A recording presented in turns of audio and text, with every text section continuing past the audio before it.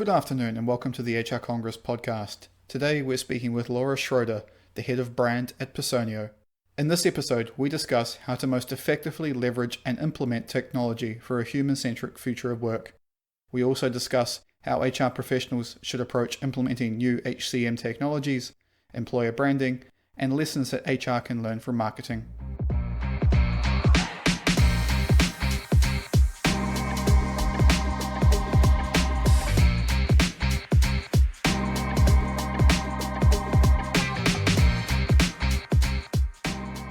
Good afternoon and welcome to the HR Congress podcast. Today, my name is Ben Churchhouse and I'm joined by Laura Schroeder. Laura is the head of brand at Personio, and she's an experienced marketing leader, product strategist, and brand evangelist with a deep expertise in all aspects of go-to-market strategy for HR and fintech. So thank you for joining me today, Laura. I know you've got scheduled a presentation with us in the Organization and Culture track at the Digital HR Innovation Summit, and I believe your session will be entitled Technology for a Human-Centric Future of Work, which today, given the current situation, is probably one of the most relevant topics that we could talk about. So thank you again for joining me. It's a pleasure to have you with me. My pleasure. Okay, so before we get into the rest of the podcast, could you please tell myself and our listeners a little bit more about your background? Well, I'm a brand strategist. My area of focus includes both employer branding as well as HR technology. I've been working in the HR tech space for most of my career. And as you said, my current role is head of brand at a company called Personio, which is an HR solution provider for small and medium-sized companies that want to digitalize HR operations. What I wanted to start the conversation with, and I think we'll probably get to the whole coronavirus situation as something that's kind of looming large over many aspects of the conversation. But before we get into that, there is a sentence in your session description, which is, how can companies combine technology and culture to create an engaging employee experience? Now, this is probably a question that many people in the HR world and the HR tech world ask themselves every day. So without going into excruciating detail about all the minute details of such a strategy, how can companies actually manage to combine these two things? Is it as difficult as it sounds, or what would be your advice here? Okay, lean in. Here comes the magic formula. So this is my presentation topic is, as you said, and so you're stealing my thunder a little bit, but I do that, I do that. Sorry. I'll see if I can summarize. There's no doubt at all that technology can help create a more engaging work experience if it's carefully selected and implemented. There are incredible technologies that make it easy to connect, to collaborate and share information, acquire skills. There are technologies that can help boost productivity. They can nudge people into more productive behaviors. Of course, if we look at analytics, they can help you anticipate, identify, analyze, respond to problems quickly. So technology is a really important part of the employee experience. Having said that, most failed technology projects fail because people don't see the value in using the new solution. They don't see the value to themselves, so they use it as little as possible. And that's why it's so important to integrate these new solutions into the daily flow of work. Because, let's be honest, there are enough distractions at work that you don't need to add the distraction of logging on to a bunch of different systems that are disconnected to try and get something done or to try and get a piece of information. If we look at trends, employee trends and employer brand trends, people want more from work and their employers. They want opportunities to grow with the business. They want to make an impact. They want to feel appreciated. They want a sense of purpose and community. And balancing your technology with all of these human needs can be tricky. And it's not like there's one answer that's right for all organizations.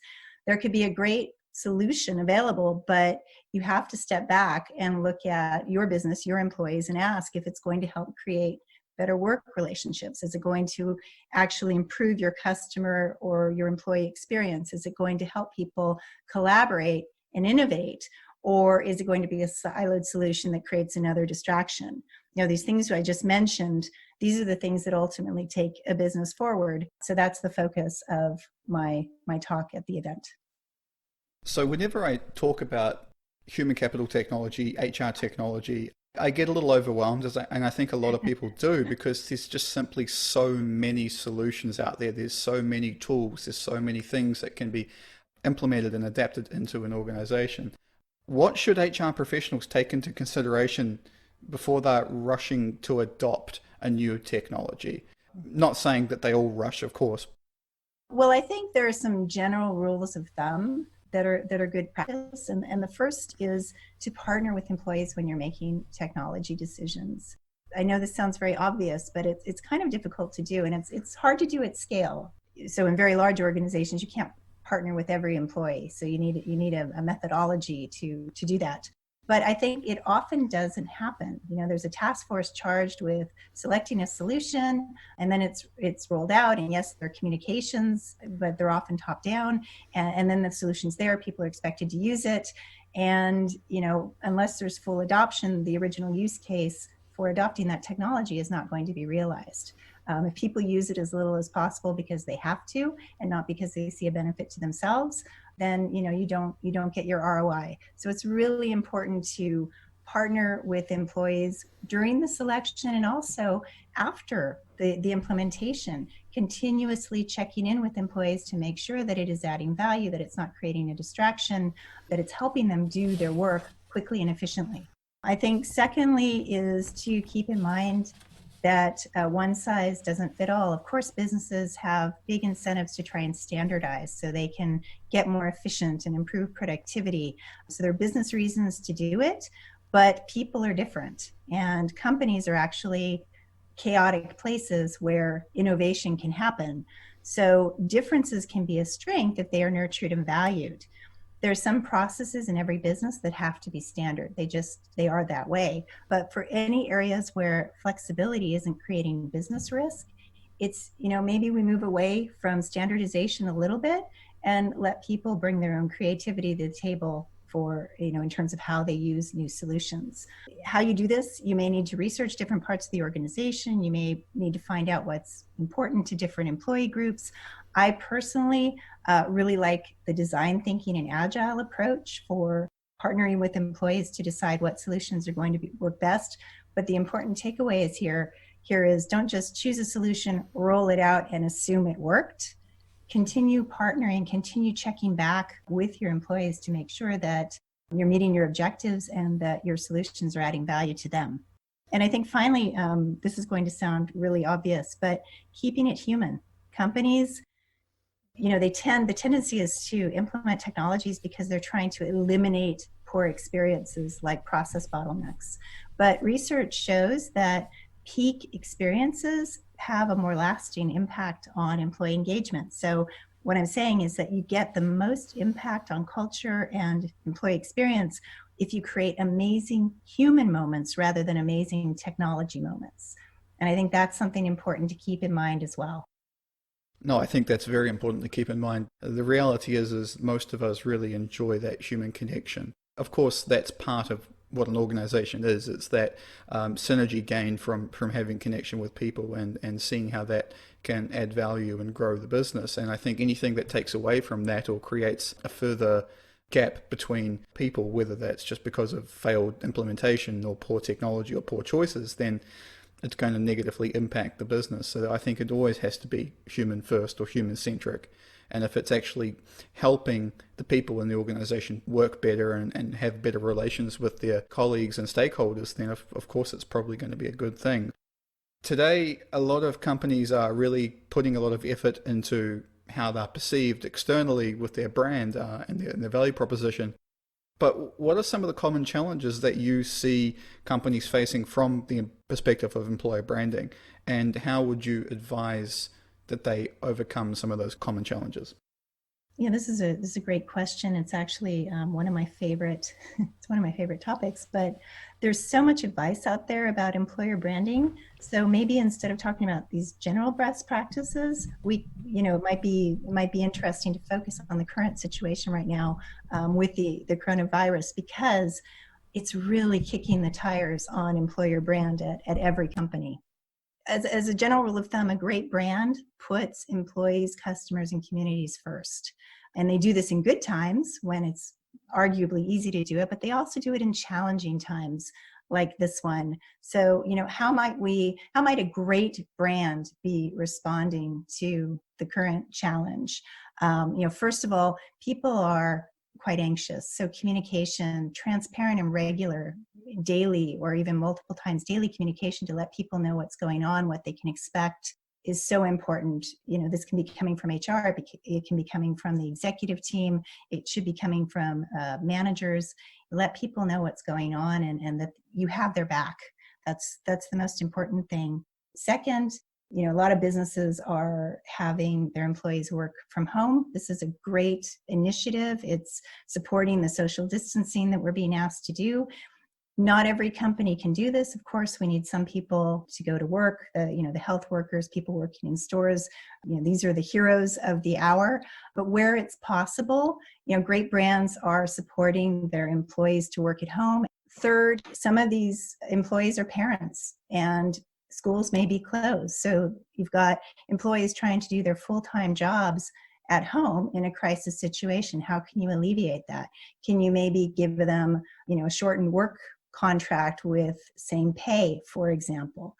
These are things that HR teams can be asking themselves to make it easier for working parents. How do you keep people connected if they're at home? For some of the workforce, some people are introverts and they love working at home. And this is not so difficult for them. But for other people who are used to going to the office and really rely on that stimulus, this can be a very, very challenging time. So how do we support them? Maybe there's a virtual team stand-up every morning where everyone grabs a cup of coffee and turns on their cameras and hangs out together. There are different ways to do it, but the point is keeping the connection high when people aren't there. There are legislative things to consider. For example, in Germany and parts of Europe, if you are sick for more than a couple of days, you need a certificate from your doctor. Well, if someone is actually sick, but maybe not sick enough to need to go to a doctor and you're trying to support social distancing, maybe you put that requirement on hold for a while, for the duration.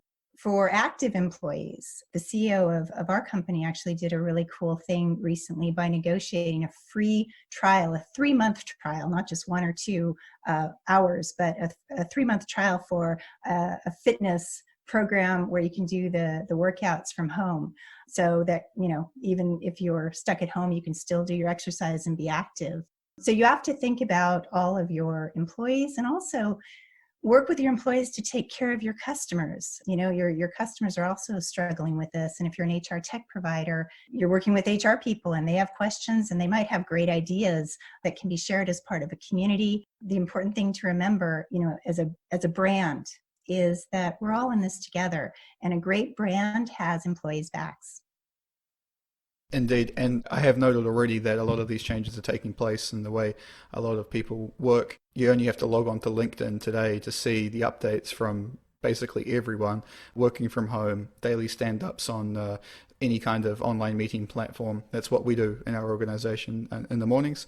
So yeah, there's a lot to take into consideration, and it's a very detailed subject. One of the things I'd like to touch on a little bit further is employer branding does take a lot from the world of marketing. So perhaps what would be some of the things that you would like HR professionals to take from the world of marketing, maybe communications as well, to take into their skill set when they're approaching HR today and moving on into the future? Yeah, absolutely. So I am a marketer, and when I want to be provocative, I like to say that HR and marketing are the same job. But seriously, I think there are quite a few parallels between marketing and HR, particularly in the area of talent acquisition, and lots of opportunities to learn from one another. If you just take it on a very high level, both HR and marketing are tasked with building a strong pipeline. And in the marketing case, it's a sales pipeline. And in the HR case, it's a talent pipeline, and helping to build a great brand. So right there are a lot of synergies that exist. So we put on a marketing hat for just a moment and think of an open job, for example, as a product, not as a job where we're trying to buy something, but as a product that your company is trying to sell. And then ask yourself, Why would anyone buy this product? What needs does it meet? What pain points will it address? These are some basic marketing questions that we ask when it comes to selling our products and solutions. Most job descriptions tend to be focused on what a company wants and what a company is willing to offer, rather than what an applicant, the ideal applicant, is looking for. But both are important. I mean, of course, it's important as a company to say, what do you offer as the company and what are you looking for? But you also, if you want to find the right person and have that magical fit, it's also important to put yourself in the candidate's shoes and think about what they're looking for. Because, and this is something that marketing faces as well, there are lots of opportunities, there are lots of products out there, and buyers and candidates know it. So if we look at candidates, most people want to work with people they like. They want to work in a company that will offer them opportunities to grow and flexible work options, and that will help them progress in their career. And, not just saying it, but actually living it. So we're not just selling jobs to candidates anymore. We're promoting a brand. Marketing uses a whole bunch of techniques to do this that HR can benefit from, because we're all about, selling a brand and selling products and solutions, whereas HR has other priorities. But let me try and summarize a few things that I think HR can take from marketing. First, when it comes to hiring or looking for sourcing candidates, don't just think about selling a job to candidates, right? Don't just think about your ideal candidate. Think about what the ideal candidate wants and have that inform your job description. In a way, that's marketing 101. Second, think about how you can turn your employees into brand advocates. In marketing, the best marketers are customers, not marketers. And similarly, the best employer brand advocates are employees, not HR. And third, I think HR should think about better tools to help automate, measure, and nurture the talent pipeline. If you look at great marketing understands its audience, great marketing tries new things, and most importantly, great marketing always measures what's working and what's not working. Okay, perfect. And how can people get in contact with you if they wish to learn more about you and what you do? Oh, absolutely. I'm very happy to connect on LinkedIn. I actually don't know how many Laura Schroeders there are, but Laura Schroeder, head of brand at Personio. So send me an invitation to connect, and I'm happy to accept that.